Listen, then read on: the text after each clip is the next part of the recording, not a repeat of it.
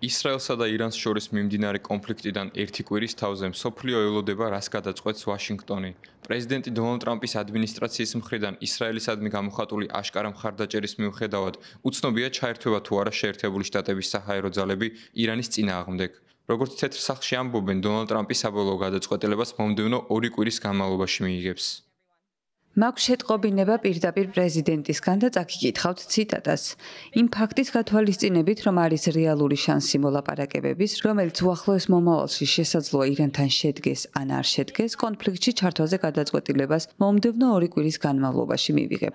ესაა ციტატა თქვენთვის პირდაპირ პრეზიდენტისგან. განსხვავებულია შეერთებული შტატების მოქალაქეთა პოზიციაც. The Washington Post-ის მიერ გამოქვეყნებულმა კვლევის შედეგებმა აჩვენა, რომ გამოკითხულთა მხოლოდ 25% ემხრობა ირანზე იერიშების მიტანას. The Hill-ის კვლევის შედეგები კი აჩვენებს, რომ გამოკითხულთა 45% ირანზე იერიშების მიტანის წინააღმდეგია, 25% მომხრე, ხოლო 30% არაა ჩამოყალიბებული. CNN-ის კვლევის შედეგებმა კი აჩვენა, რომ გამოკითხულთა 48% ირანზე იერიშების მიტანას ემხრობა. დონალდ ტრამპის გადაწყვეტილებაზე განსაკუთრებულ იმედებს არ ამყარებს ისრაელის პრემიერ-მინისტრი ბენიამინ ნეთანიაჰუ, რომლის თქმითაც ვაშინგტონის პოზიციის მიუხედავად ის გააკეთებს იმას, რაც უკეთესი იქნება ისრაელის სახელმწიფოსთვის. კიცეთ მაქვს გადაწყვეტილი მივაღწიოთ ჩვენს ყველა მიზანს, მათ ყველა ბირთვულ ობიექტს. ჩვენ შეგვიძლია ამის გაკეთება, მაგრამ პრეზიდენტი ტრამპის არჩევანია სურს თუ არა შემოგვიერთდეს. ეს მისი გადასაწყვეტია.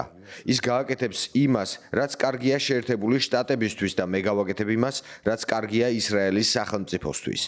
უნდა ვთქვა, რომ ამ მომენტამდე ყველა აკეთებს იმას, რაზეც შეგვიძლია ვთქვათ, რომ ნებისმიერი დახმარება მისასალმებელია. პარალელურად ისრაელსა და ირანს შორის სარაკეტო იერიშები გრძელდება. 19 ივნისს ირანმა ისრაელის ქალაქ ბეირშევაზე სარაკეტო იერიში მიიტანა, რის შედეგადაც სოროკას სამედიცინო ცენტრი მნიშვნელოვნად დაზიანდა.